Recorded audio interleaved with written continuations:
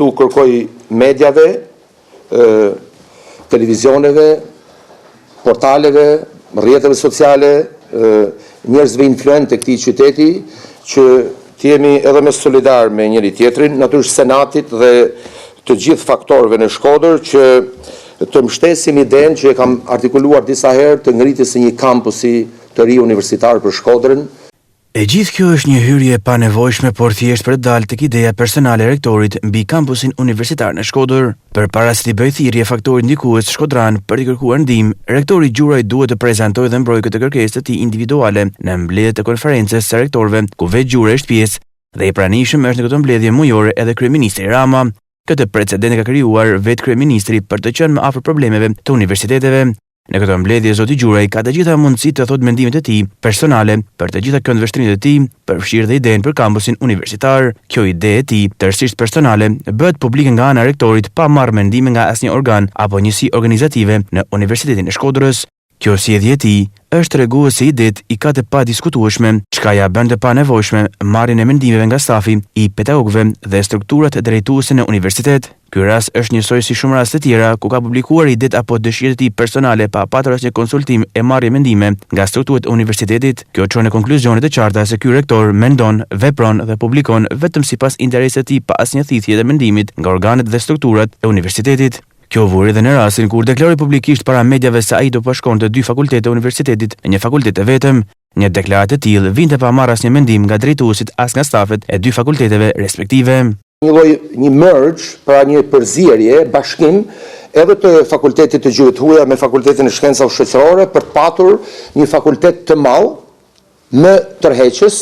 më eficient fakultetin e shkencave humane. Rektori flet për ndryshimin e ligjit të arsimit të lartë në mënyrë të përmbledhur tregon se po preken pikat dhe sektorët më thelbësor të arsimit të lartë, ndërkohë nuk ka dhe nuk shpreh asnjë interes as mendim personal për këtë ndryshime në ligj. Në të njëjtën kohë, nuk i drejtohet stafeve akademike me thirrje për të dhënë mendime të përbashkëta e të unifikuara në interes të universitetit. Ai anashkalon këtë çështje thelbësore, ashtu si anashkalon stafin e universitetit, por sjell në vëmendje çështje që nuk është pjesë e ndryshimeve tek ligji i ri për arsimin e lartë. Ndoshta as interesi stafit të Universitetit të Shkodrës për momentin, siç është çështja e kampusit universitar. Përveç se del jashtë çështjes së ndryshimeve në ligjin për arsimin e lartë, i cili është interesi drejt për drejt për studentët dhe pedagogët, shkon deri aty sa për një çështje që intereson atij personalisht, e cila lidhet me interesat e tij për alokim dhe menaxhim fondesh, nëpërmjet thirrjes kërkon të vendosë në sedër faktorin me ndikim në Shkodër për ndihmë. I bëj thirrje këtu edhe faktorit politik në Shkodër, përfaqësuesve të Shkodrës në Kuvendin e Shqipërisë përtej përkatësive politike, pra që ta mbështesin një ide të tillë dhe ne t'jemi pra më këmbgulës në konkretizimin e kësaj ideje, edhe pse është një investim i madh, por që unë besoj që ka ardhur koha, ne vitin që vjen do kemi 70 vjetorin, apo jo, dhe ky universitet me këtë traditë, me këto nevoja që ka, meriton një kampus të ri. Kështu që në këtë kuptim theksoj edhe një herë, pra që Ministria e Arsimit dhe Qeveria Shqiptare pra të jenë edhe me të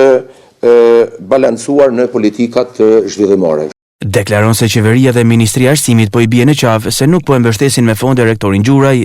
Dëshirët e tij për menaxhim fondesh çon në kundërshti vërejtje dhe deklarata kundër Ministrisë së Arsimit, Qeverisë së Tërësi, çka indirekt aludonte për kryeministrin. Si ka mundësi që ky rektor i mbështetur nga qeveria, politikanët e majt, përfshirë dhe partitë e vogla të këtij spektri, të cilët e mbështeten gjatë fushatës për rektor, si edhe pranuan në heshtje fitore të tij të paligjshme, sot gjenden në situatë mosbesimi e sulmit ndaj ministrisë, që e mbështeti aq shumë garë në këtij kandidati as pak bindës. Nuk mjaftohet me akuzën e ministres, por shkon dhe me tej deri te kryeministri, vetëm nga dëshira për të pasur mundësi për të menaxhuar fonde. Këtu ka diçka që meriton të ndalemi, variantet janë të ndryshme.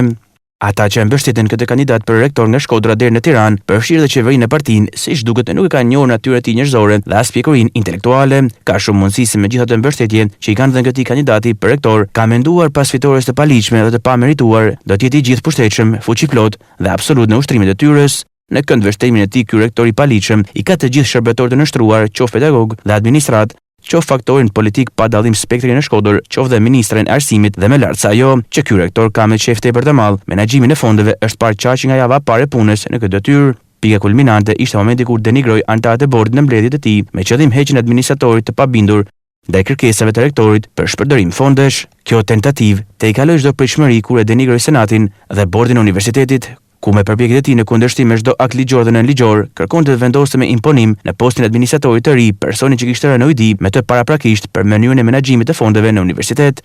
Në këtë rast përpjekjet dhe ndikimet e palishme i dështuan, gjithsesi nuk ndalet në sabotimin e procedurës për zgjedhjen e administratorit të ri. Faktin që rolin e administratorit po e kryen dikush si e komanduar i ka dhënë shumë qetësi dhe mundësi në menaxhimin abuziv të burimit financiar të këtij rektori Orex Mall. Për konkluzion, nëse ky rektor bën thirrje opinioni dhe faktor ndikues në Shkodër për ndërtimin e kampusit universitar dhe njëkohësisht po akuzon Ministrinë e Arsimit dhe kryeministrit për padrejtësi që po i bën Universitetit të Shkodrës, nga ana tjetër opinioni dhe faktori ndikues në Shkodër duhet të njohin mirë instinktet abuzive të këtij rektori, ndërsa ministria dhe kryeministri mos e presin kritikat dhe akuzat e rrallës në ky rektor që e sollen vetë në këtë detyrë, por të ushtrojnë kompetencat e tyre për të njohur këtë rektor dhe gjithë aktivitetin e tij që po kryen në mënyrë totalisht të palishme që nga marrja e detyrës dhe deri më sot.